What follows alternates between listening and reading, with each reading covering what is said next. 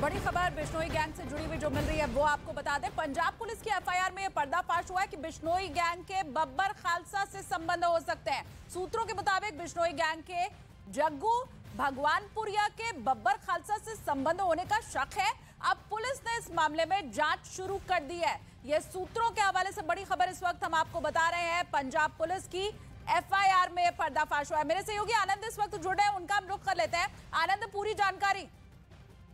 जी देखिए शालिनी, हाल ही में जो मोहाली की कोर्ट, वहां से 4 दिन का प्रोडक्शन वारंट जो है वो जग्गू भगवानपुरिया का मिला है, जो कुख्यात गैंगस्टर है लॉरेंस बिश्नोई गैंग का। और जनवरी के महीने में एक स्टेट ऑपरेशन सेल ने एफआईआर दर्ज की थी, जिसमें बकायदा इस बात का जिक्र किया गया है कि जो बब्बर खालसा इंटरनेशनल है उसके साथ कुछ क्रिमिनल्स ने हाथ मिला लिया, और जिसमें जग्गू भगवानपुरिया का नाम शामिल है। इसी आधार पर एक एफआईआर दर्ज की गई है, जिसमें एक कैटेगरी के जो 5 गैंगस्टर हैं उनका नाम शामिल किया गया है, जिसमें दरमनजोत कार्लो है, इसके अलावा एक करमजीत पन्ना है जो इंग्लैंड में मौजूद है, इसके अलावा जग्गू भगवानपुरिया के नाम का जिक्र है। और अब पंजाब की जो मोहाली पुलिस है वो लगातार जग्गू भगवानपुरिया से पूछताछ कर रही है, जिस तरह से वो पाकिस्तान से हथियार और ड्रग्स की खरीद फरोख्त में लगातार शामिल रहा है। जी बहुत शुक्रिया आनंद।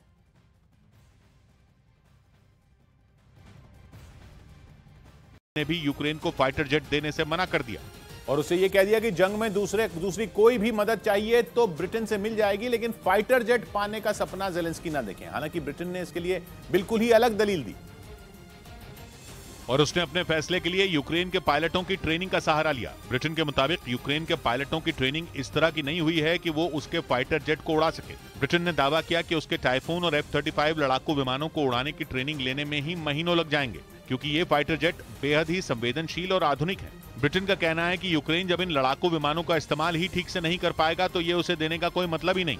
ब्रिटेन के इस कदम को ज़ेलेंस्की के लिए बहुत बड़ा झटका माना जा रहा है, क्योंकि अमेरिका और जर्मनी पहले ही उसे लड़ाकू विमान देने से मना कर चुके हैं। इधर दिल्ली में अवैध तरीके से रह रहे 37 विदेशी नागरिकों को उनके देश वापस भेजने की प्रक्रिया शुरू कर दी गई है। सभी 37 विदेशी नागरिक लंबे वक्त से दिल्ली के द्वारका इलाके में रह रहे थे और इन्हें अब इनके देश डिपोर्ट किया जाएगा। पुलिस को अवैध तरीके से रह रहे इन 37 विदेशियों की जानकारी मिली थी। इन्हें जब पकड़ने पुलिस द्वारका पहुंची तो इनके पास न वीजा था न ही कोई दूसरा दस्तावेज। इसके बाद पुलिस ने इन्हें हिरासत में ले लिया। इनमें ज्यादातर नाइजीरिया, उज्बेकिस्तान और घाना के नागरिक हैं। उधर नेटो महासचिव ने स्वीकार किया कि चीन उसके सामने नई चुनौती बनकर उभरा है, जिसकी सबसे बड़ी वजह है चीन और रूस की नजदीकी। क्योंकि यूक्रेन जंग के बाद चीन अचानक नेटो के एजेंडे में शामिल हो गया, जबकि इससे पहले नेटो की किसी बैठक में चीन पर इस तरह से चर्चा नहीं हुई थी जैसी अब होती है।